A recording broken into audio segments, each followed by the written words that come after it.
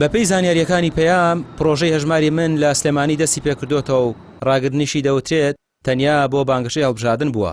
سەرۆکی فراکسیۆنی کۆمەڵ لە ئەنجومەنی نوێنەرانی عێراق دەڵێت ئێستا گومان لەسەر ئەو فەرمانەش دروست بووە کە بە ناوی تەوتینەوە پڕ کراونەتەوە و فەرمانبەران دەبێت بە دوای چارەنووسی فۆرمەکانەوە بن کە چی لێکراوە. تەنها مەسەلەی تەوتین و هەژماری منیان بەکاریانە بۆ هەڵمەتی هەڵبژاردن و هیچ هەنگاوێکی کردەیی بۆ تەوتین تا ئێستا نەنراوە. بەداخەوە منەوە کاتە ژوتم هیوادارم ئەمە بۆ بانگەشەی هەڵبژاردن نەبێ.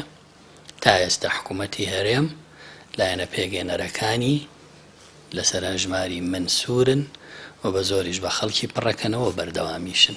تاو ئێستا بە فەرمی دەستی پێکردێتەوە فەرمانبەران دیسانەوە جاریتر ناچارەکەن بووی کە هەژماری من پڕکرێتەوە. بەڵێ پرۆسی هەژماری من چۆن بۆ لە ڕابردوو ئێستاش هەروە بەردەوامە.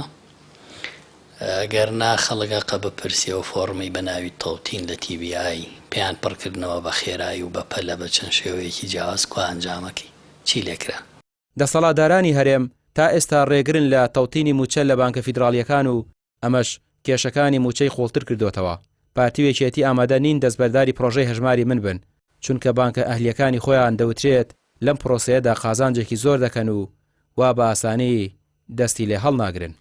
کێتی ئەگەر جددیە لە کۆتاییهێنان بە هەژماری من هەفتەی پێشوو کە جێگری سەرۆکی حکومەت لە کۆبوونەوەی ئەنجومەنی وەزیران بۆ ئیتوانی لەوێ کۆتایی پێبێنێ ئەم یاریە لەگەڵ موچە خۆرا کۆتایی پێبێنن. نەخێر هەنگاوی کردداری ئەوەیە هەژماری من کۆتایی پێبهێنرێکە هەژماری دەوڵەمەندکردنی کۆمەڵێ بانکی ئەهلیە. ئەمەی حکوومەت ئەوێ بیکا و کردوێتی بۆ بانکی ئەهلی کاگڕامیار بانکی ئەهلی بە خەونیش ئەمەی نەیەبینی کە هەموو مانگێک 1 تریلیۆن دینار پارە بە کاش بچێتە بانکە ئەهلیەکانەوە بۆی لەوێ موچەخۆر وەریەگرێت. بانکی ئەهلی خۆی خواخوای سەرمایەتی ئێستا حکوومەت هاتووە خۆی پارەی حکومی پارەی موچەخۆرە خاتان بانکە ئەهلیانەوە بەڕاستی ئەمە یعنی بە خەونیشتی وایە نەبینیەوە بەخۆیان.